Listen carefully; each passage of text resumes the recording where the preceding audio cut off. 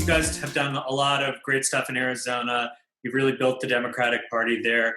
What would your advice be to other states about what you've done right and maybe what you've done wrong, and in terms of building the party and looking towards 2022? What would your advice be to other parties and to yourselves about how to what you did right and what you could do better? Well, I think that the trajectory for Arizona, the success of Arizona has been that we have two infrastructures. One, we have the Arizona Democratic Party, who has grown, who has been invested in, because it does come down to resources and staying focused on the fact that we need to get Democrats elected.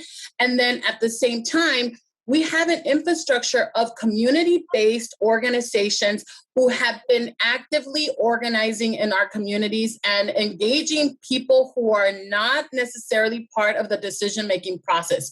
So you have the luchas, the Mi Familia Votas, the One Arizona table, Arizona Wins. And in addition, you have labor, who is part both of the infrastructure in the party, is part of the infrastructure in the table. You have Planned Parenthood that also plays both roles. And it's important that there is a very intentional coalition.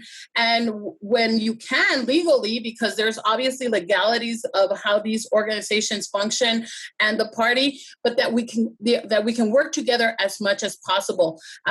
What we have done in the past, I think, has been really good, that falls in the party, is that we focus on these competitive districts. So that's why the redistricting commission was the redistricting process was so important in 2010, that we had that space to focus on those competitive districts. So it's the moment for us to not only ensure that we're investing in this competitive districts, but we are expanding. So I think that our advice is to embrace the movement building that's happening, because most of these movement building organizations are really leading with on issues that are democratic issues, that are democratic values. So embrace that movement, figure out how you can partner as best as possible. And then also within our own infrastructure, let's make sure that we are bringing in outside voices. We need to ensure that Democrats are part of our process. And that's one of the things that I'm looking forward in doing, that we just don't